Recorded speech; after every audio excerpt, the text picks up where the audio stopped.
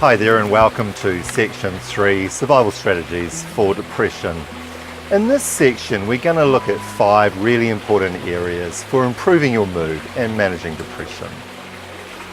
The 5 areas are negative and positive input into our lives, human needs, managing worry, gratitude, and positive contributions towards other people.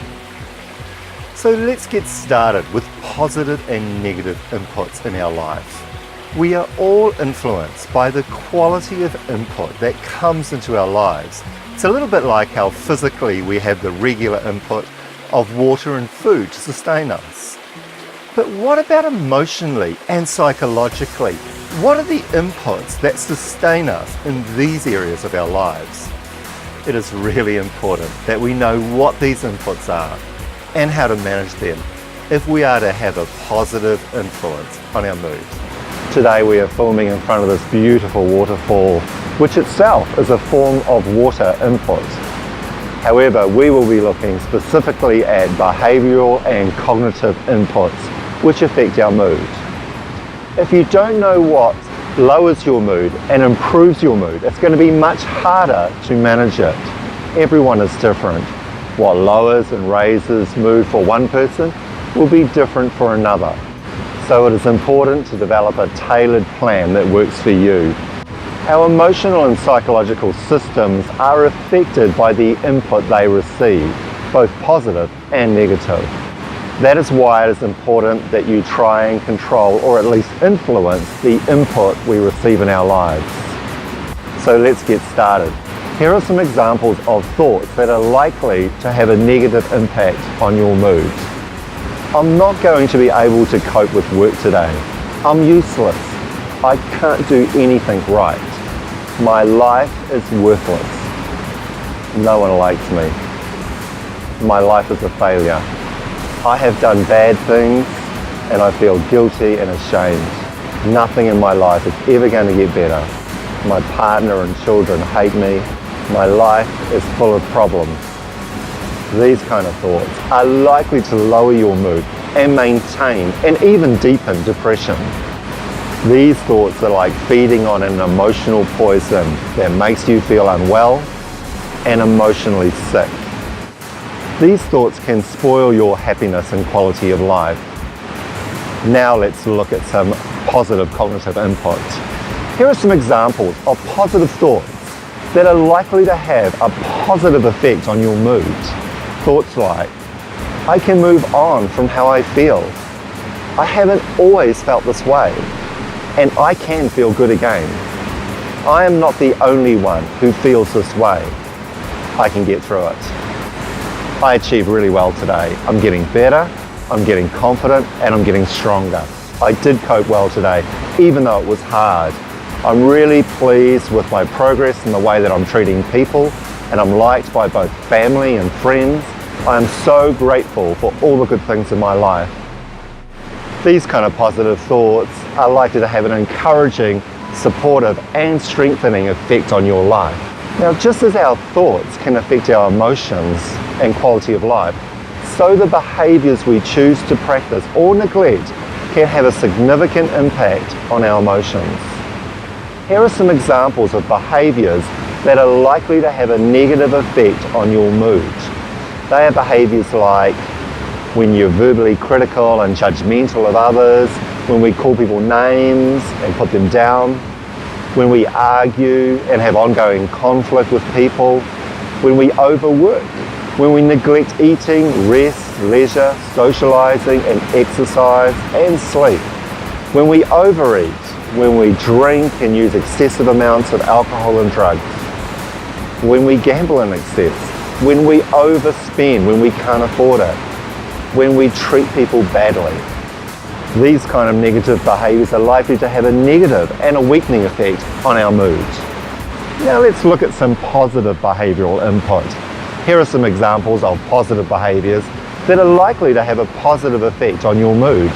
Behaviours like expressing appreciation, giving people compliments and encouragement and good feedback, doing acts of kindness and helping others. These kind of positive behaviours are likely to have a positive and a strengthening effect on our mood.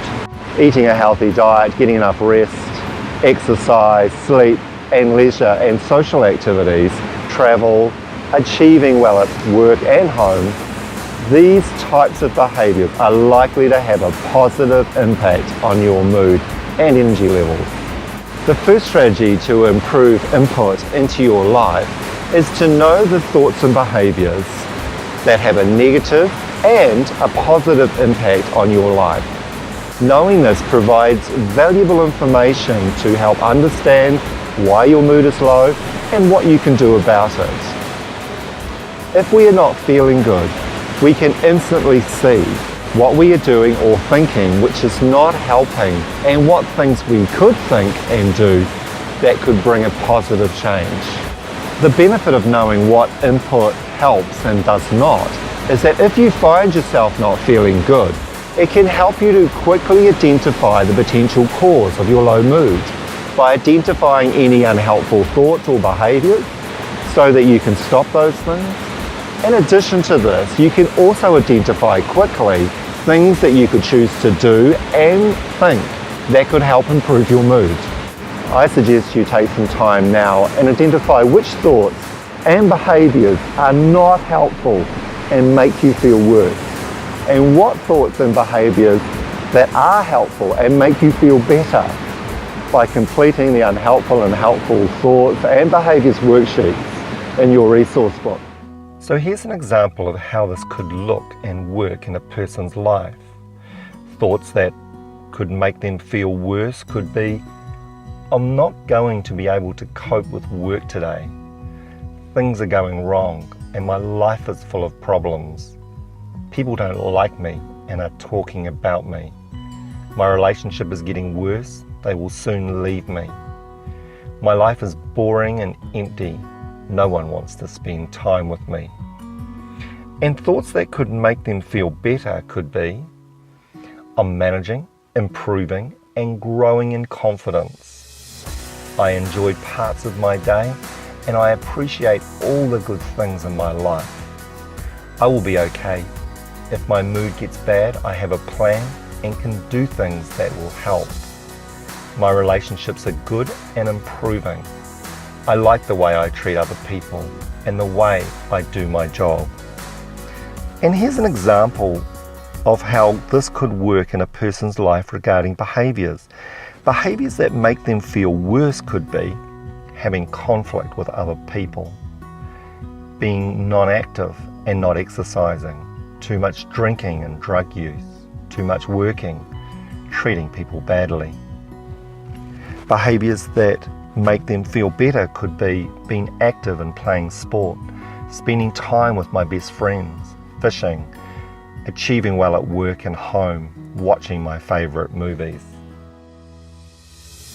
So now you can write in what is relevant to you and your situation regarding behaviour and thoughts. It is also important to have this completed, so if you experience a time of low mood, it's there and it's ready to use. It is also really important to keep it updated, as you will find that thoughts and behaviours that affect your mood will change over time and circumstances. I hope you've enjoyed this section. I know that as you look carefully at the input into your life, both negative and positive, reducing the negative and increasing the positive, and making changes when you need to, it will be a tremendous help in managing your mood. Now, if you feel you need more than this program right now, you can call one of the numbers on the screen for someone to talk to.